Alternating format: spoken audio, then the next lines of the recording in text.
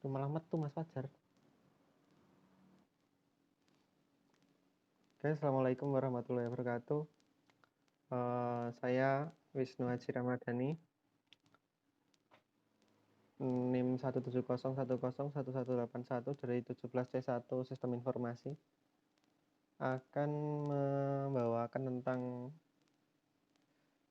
analisa jurnal yang berjudul Perencanaan Strategis Teknologi Informasi, Studi Kasus di Politeknik Negeri Jakarta, yang ditulis oleh Indra Silanegara, Bayu Adi Tama, Diyat Nur Hidayat, dan M. Haris Adiel.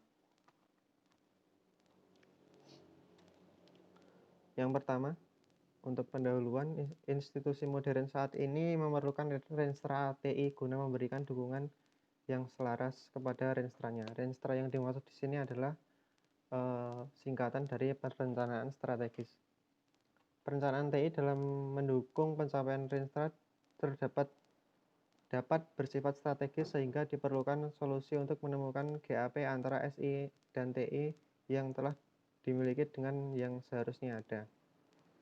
Penelitian ini bertujuan menerapkan argumen tersebut melalui studi kasus pada PNJ dengan rumusan masalah menemukan GAP antara TI yang telah ada terhadap yang seharusnya disediakan oleh PNJ berdasarkan konsep Renstra TI. Kemudian mengapa Renstra itu diperlukan?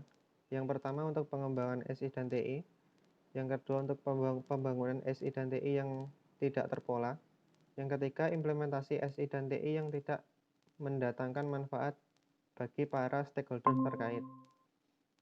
Kemudian yang keempat, alokasi dana investasi yang tidak sesuai dengan kebutuhan atau under overarrangement. Yang kelima, penerapan berbagai modul sub SI dan TI yang tidak memperhatikan asas-asas prioritas dan kritikalitas. Yang keenam, kualitas sistem informasi dan teknologi informasi yang relatif rendah dipandang dari berbagai standar yang ada. Kemudian beberapa kasus yang dihadapkan di Politeknik Negeri Jakarta berkenaan dengan SI dan TI. Pertama, lepasnya beberapa bisnis dan business opportunities yang sebenarnya mampu diraih akibat tidak adanya SI dan TI yang menjembatani dengan dunia industri dalam mengantisipasi perubahan lingkungan bisnis. Yang kedua, kurang handalnya perencanaan pengelolaan infrastruktur TI sehingga lambat dalam mengatasi perubahan tren teknologi. Yang ketiga, minimnya kemampuan dalam mengakomodasi kebutuhan SI dan pengadaan TI sehingga lambat dalam menangani disfungsi peralatan.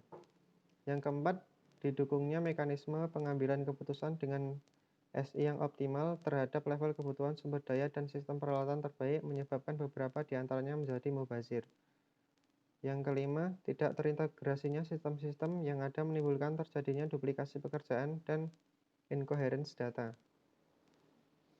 Yang keenam, kurangnya fasilitas TI yang mampu memberikan kepuasan mahasiswa terutama untuk proses pembelajaran. Selanjutnya, sasaran strategi SI-TI untuk PNJ. Yang pertama, mengoptimalkan backbone jaringan yang ada dan mengembangkan ke gedung yang belum memilikinya dengan memperbaiki jaringan fiber optik agar kembali berfungsi 100%. Yang kedua, memperluas akses jaringan ke seluruh network sharing area dengan cara memfasilitasi seluruh area belajar dan istirahat mahasiswa. Yang ketiga, mengembangkan ERP untuk sistem aplikasi terpadu institusi dengan cara menyediakan repository dan web self-service untuk sarana interface dan transaksi user. Yang keempat, membangun lingkungan belajar virtual untuk sarana e-learning dengan fasilitas e-simulation, e-collaboration, dan e-distance. Kemudian yang kelima, memperkaya website PNJ agar lebih informatif dan interaktif dengan cara yang pertama menambah link untuk karir asisten, yaitu informasi lulusan ke industri atau masyarakat, kemudian informasi peluang kerja, dan informasi kesempatan pengembangan diri dosen. Yang kedua, menambah link untuk fasilitas online feedback dari stakeholder atau lulusan.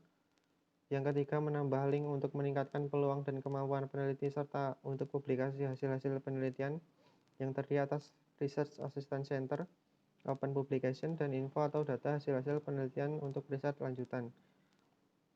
Yang keenam, memfasilitasi seluruh stakeholder dengan institusional email address. Kesimpulan, untuk institusi modern seperti Politeknik Negeri Jakarta memerlukan rencana strategis di bidang SITI guna memberikan keselarasan dan dukungan yang baik terhadap rencana strategis organisasi. Penelitian ini telah menghasilkan rencana strategis SI, rencana strategis manajemen SITI, dan rencana strategis TI berdasarkan kerangka WAR dan PIPER yang terpadu dalam sebuah portofolio aplikasi masa depan. Masih diperlukan penelitian lanjutan guna menilai keseimbangan antara perubahan customer internal, keuangan, inovasi dari rencana penerapan SITI dengan analisis IT Balance Scorecard. Kemudian penelitian lanjutan diharapkan mampu menganalisis dan mendesain sistem dari hasil-hasil kemampuan kesimpulan riset ini. Jadi bisa dibilang kalau perencanaan strategis SI dan TI ini bukan hanya untuk organisasi maupun institusi yang belum memiliki TI di dalamnya. Jadi meskipun sudah memiliki, untuk SI dan TI itu kedepannya masih harus dikembangkan juga. Demikian presentasi yang dapat saya sampaikan. Mungkin ada yang ingin ditanyakan dari rekan-rekan.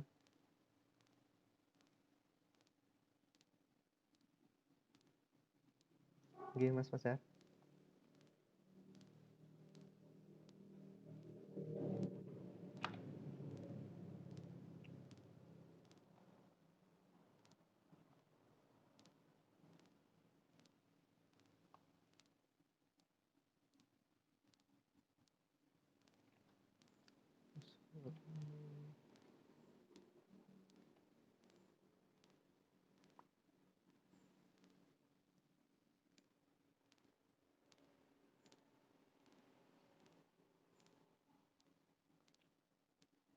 Oh iya, Mas.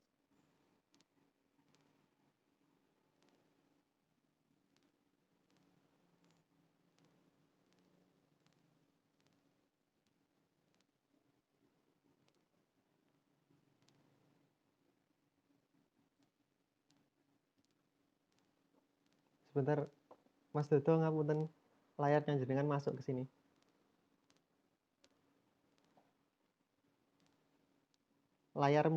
Layarnya jenengan masuk ke sini, Mas.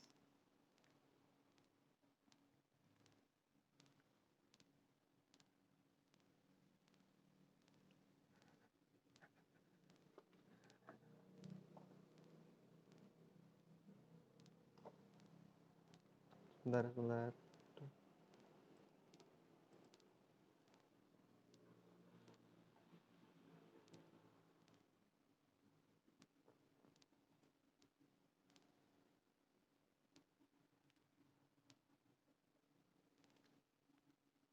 Oh ya, jadi ini mungkin kalau lingkungan belajar virtual itu bisa diambil seperti, kalau yang saya tahu sekarang itu kan mungkin dari sekolah dasar pun juga sudah memulai menginjak di seperti pakai daring ya, Mas. Mungkin kalau belum ada aplikasi e-learning pun bisa pakai mungkin WhatsApp untuk sarana bagi murid dan gurunya itu seperti kayak menyampaikan tugas atau mengumpulkan tugas. Jadi contoh kecilnya seperti itu aja, Mas, singkatnya.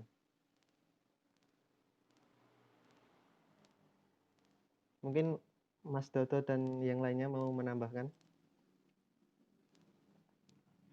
Oke, kalau gitu untuk presentasinya saya ucapkan sekian. Banyak kurangnya saya mohon maaf. Wassalamualaikum warahmatullahi wabarakatuh.